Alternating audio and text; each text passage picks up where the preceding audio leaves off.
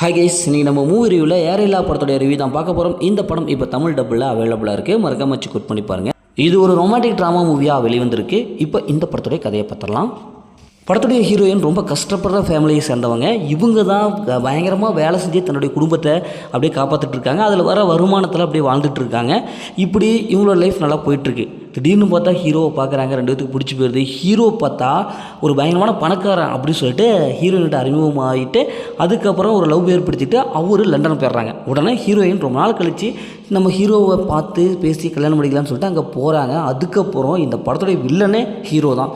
ஏன்னா ஹீரோயினை ஒரு விபச்சார கும்பலில் வித்துடுறான். அதுக்கப்புறம் அவங்க அந்த மாதிரியான பொண்ணாக மாறிடுறாங்க. லைஃபே ஒரு மாதிரி ஆயிடுது. உடனே ஹீரோயின் இதுலேருந்து எப்படியா தப்பிக்கணும்னு சொல்லிட்டு நிறைய விஷயங்கள் பண்ணுறாங்க. இப்போ இறுதியில் ஹீரோயின் அங்கேருந்து எப்படி தப்பிக்கிறாங்க, இறுதியில் என்ன ஆச்சு அப்படிங்கிறதான் இந்த படத்துடைய கதை. இந்த படத்துடைய பாசிட்டிவ் பார்த்தாவே ஹீரோயினுடைய கேரக்டர் நல்லாவே சூப்பராக சிறப்பாக எழுதி எடுத்திருக்காங்க. அவங்களுடைய ஆக்டிங் பர்ஃபார்மன்ஸ் நல்லாவே வந்திருக்கு. அவங்கள ஃபாலோ பண்ணவே இந்த படத்தை பார்த்து முடிச்சிடலாம். படத்தை நடிச்சு எல்லாமே சூப்பராக பர்ஃபார்ம் பண்ணியிருக்காங்க. இந்த படம் ஒரு உண்மை சம்பவத்தை அடிப்படையாக கொண்டு எடுக்கப்பட்டது. அதனால் லண்டனில் இப்படியெல்லாம் நடக்குது அப்படிங்கிற மாதிரி நம்மளை அசர வைக்குது. ஏன்னா அந்தளவுக்கு ரொம்ப மோசமான ஒரு நிலைமையை காமிச்சிருக்காங்க.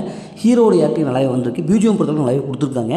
படத்துடைய சினிமோகிராஃபி நல்லாவே இருக்குது. லண்டனுடைய அழகு அப்படியே சூப்பராக காமிச்சிருக்காங்க. பொதுவாகவே லவ்னாவே இப்படி தான்ப்பா இருக்குது அப்படிங்கிற மாதிரி ஒரு கசப்பான ஒரு அனுபவத்தை இந்த படத்தில் வந்து சொல்லியிருக்காங்க. படத்துடைய தமிழ் டபுள் நல்லாவே கொடுத்துருக்காங்க. படத்துடைய ஸ்க்ரீன் பிளே பொறுத்தவரை ஓரளவுக்கு நல்லாவே வந்திருக்கு. இப்போ இந்த படத்துடைய மைனஸ்ன்னு பார்த்தாவே பார்த்து பழக்கப்பட்ட அதே கதை தான். செகண்ட் ஹாஃபில் இவங்க வந்து சொல்ல வந்த விஷயத்தை விட்டுட்டு எங்கெங்கேயோ போகிறாங்க. ஹீரோயினுக்கு நிறையா ஸ்கோப் இருந்தாலும் அவங்களுடைய கேரக்டர் அந்தளவுக்கு ஒரு ட்ரூராக அந்தளவுக்கு கிளாரிட்டி இல்லை. ஏனோ தானே தான் இருக்குது. அதேமாதிரி படத்தில் நிறைய சீன்ஸ் போர் அடிக்குது. அந்த மாதிரி சீன்ஸ் நிறைய இருக்குது. ஆனால் இருந்தாலும் கிளாரிட்டியாக இல்லை. இந்த படத்தில் நீங்கள் வந்து ஃபேமிலியாக பார்க்குறதுங்க படத்தில் அந்த மாதிரி சீன்ஸ் நிறையவே இருக்குது. அதை நான் ஃபேமிலியை தவிர்த்து தனியாக பாருங்கள். மொத்தம் அந்த படம் அப்படி சூப்பராக சொன்னாங்கன்னா இந்த படம் ஒரு ஒன் டைம் வச்சபோல் தான் நான் உங்களுக்கு சொல்கிறேன்.